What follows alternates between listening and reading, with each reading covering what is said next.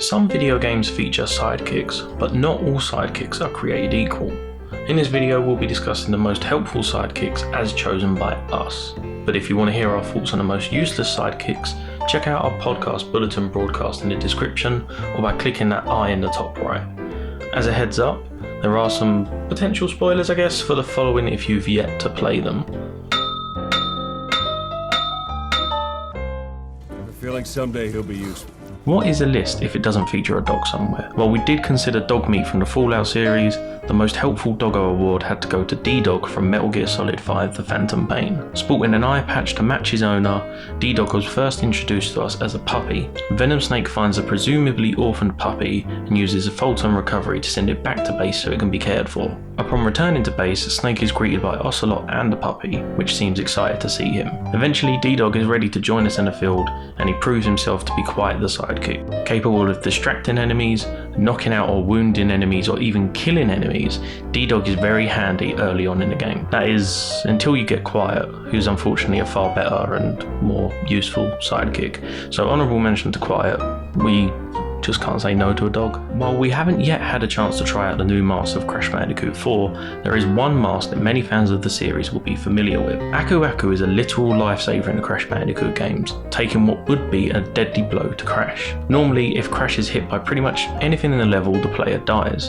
but Akuaku offers not just one layer of protection, but two, allowing you 3 hits before you die. If you get a third mask, you become temporarily invincible. Any boxes you run into are destroyed without spinning, and the contents are immediately collected. Akuaku is a very helpful sidekick, and I personally can't imagine Crash Bandicoot without it. I really can't leave you alone for a minute. Next on our list is the Silver Fox himself, Victor Sullivan. Not so much a sidekick to Nathan Drake. Sully's much more of a father figure, but given everything he's done for Nate, it didn't feel right to leave him off of this list. Nate and Sully met back in 1991 when Nate was a wee street urchin. Sully saved Nate from a group of thugs and offered to teach him the ways of the treasure thief. Since then, Sully has appeared numerous times throughout the franchise, always seemingly when Nate needs him the most. In Golden Abyss, after Sully injured his leg, he hijacked a helicopter that was later used as a getaway vehicle. In Among Thieves, Sully bails Nate out from jail. These are just a few of the instances which Sully has had Nate's back, and it's safe to say Nathan Drake wouldn't be the thief he is today without the help of Sully. Eupona is arguably the most recognisable horse in all of gaming.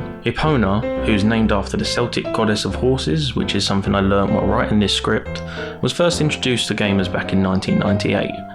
The Legend of Zelda Ocarina of Time marked the first time Eupona graced our screens. You first meet Eupona at the Lon Lon Ranch, where a young girl named Malon teaches you Eupona's song. This song can be used as a means of summoning Eupona for you to ride across the land. Malon explains that Eupona is shy to most, but seems to have conveniently taken a liking to Link after he learns the song. Eupona has appeared many times across the Zelda franchise, including Majora's Mask, Twilight Princess, and Breath of the Wild. In Breath of the Wild, though, Eupona is only obtainable through an amiibo, and when registered at the stable is rightly described as a legendary horse. The Zelda series wouldn't be Zelda without Eupona, and that's why she deserves a place on this list. Now, I couldn't create this list without including my own personal favourite character from Mario, Yoshi.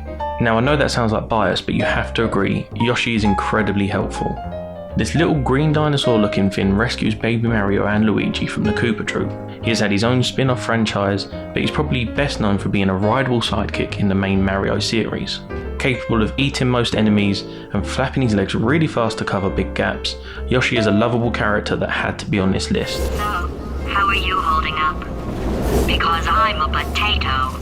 What better way to round off this list than with the queen of sarcastic comments herself, genetic life form and disk operating system, better known as Glados. Glados is the core to the Aperture Science Enrichment Center. Situated within the central AI chamber, Glados has the ability to move chambers and thus create an infinite number of tests. We first encounter Glados in Portal when she awakens Shell to test a handheld portal device. Some puzzles later, Shell confronts the sarcastic robot in its chamber and defeats it. Fast forward to Portal 2, and Shell and Wheatley accidentally reactivate Glados during an attempt to leave the facility. Shell once again defeats Glados, and Wheatley becomes the facility overseer. Powerful and with a hatred for Glados, Wheatley traps Glados in a potato battery and throws her into the depths of the center along with Shell. Shell and Glados must now team up to defeat the power-hungry Wheatley. All while Glados continues her trademark Saki comments. She may be overly sarcastic, but Glados makes for good company. What do you think of our list? Anyone we missed?